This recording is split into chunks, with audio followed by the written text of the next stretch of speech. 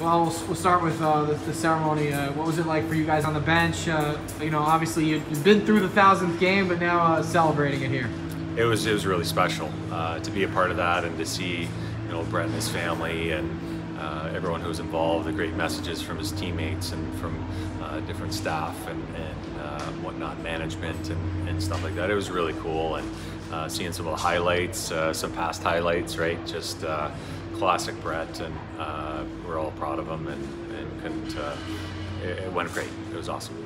Was it a little tough to transition? I mean, you guys came out hot in San Jose. There wasn't a whole ceremony. It was a little bit different. A little bit of a slower start tonight, but obviously picked it up later.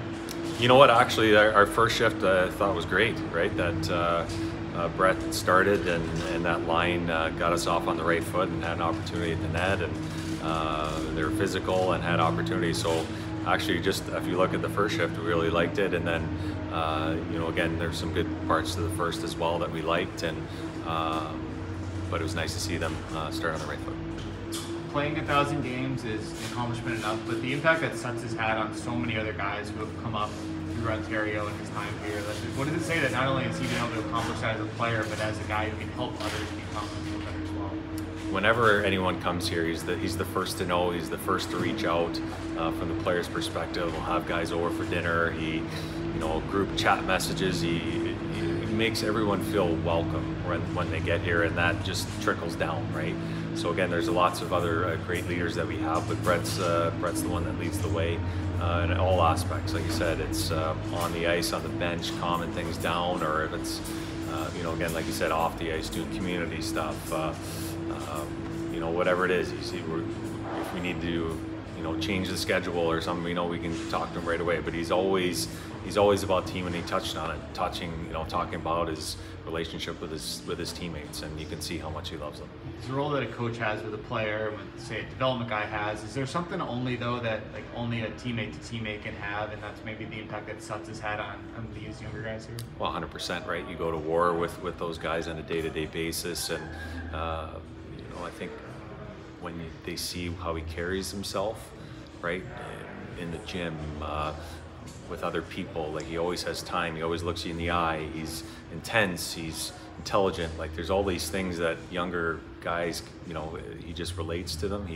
He's young at heart, even though he's you know, teasing about you know, being old in his thing, but he's you know what, he's a tremendous human being and has all those qualities that you want in a captain and person. Going back to tonight's game, that second period, it seemed like that was a period we expected to see a pushback from you guys, and we did, and then they continued to respond. Those periods when they go back and forth like that, does it give you guys time to make quick adjustments on the fly and things like that? Yeah, I mean, again, that's, you know, you're playing a team that's a really good team that has a real good lineup, and there are rivals, and they're going to push back, right? And you know, again, we talked about key moments. Say after a goal, for or against, you want to try and continue to keep that momentum or take it away from them. And there was, you know, in that second period, there's moments we were great and moments where we gave it back. So we got to continue to evolve on that. But again, you're facing a team that you know, is not going to lay down for us. They're going to play hard, and they did. And you know, again, from a fan's perspective, I'm sure these last two games have been really entertaining, and you know, again, it's good to face adversity. Our group needs to continue to grow from that, and again, nice to get the 2 points, and ultimately we got it done. What's been your biggest positive takeaway from this weekend's games? Probably that, right? There's been adversity, there's been ups and downs in some games, and we've stuck with it, and ultimately, you know, scored more goals than them, and that's very important going down the stretch here and our next few games, especially. What do you think about the third period? Because only 4 shots allowed, and especially in the last 4 or 5 minutes, you guys seem to keep it simple, but really limited. Most chances were really limited to them. Well, you know what? Had some power plays that allowed us to have momentum going in there. Had some opportunities. The goalie made some awesome saves, and were able to keep it to that score. And we thought our guys simplified it. We were supporting the puck. We managed the game.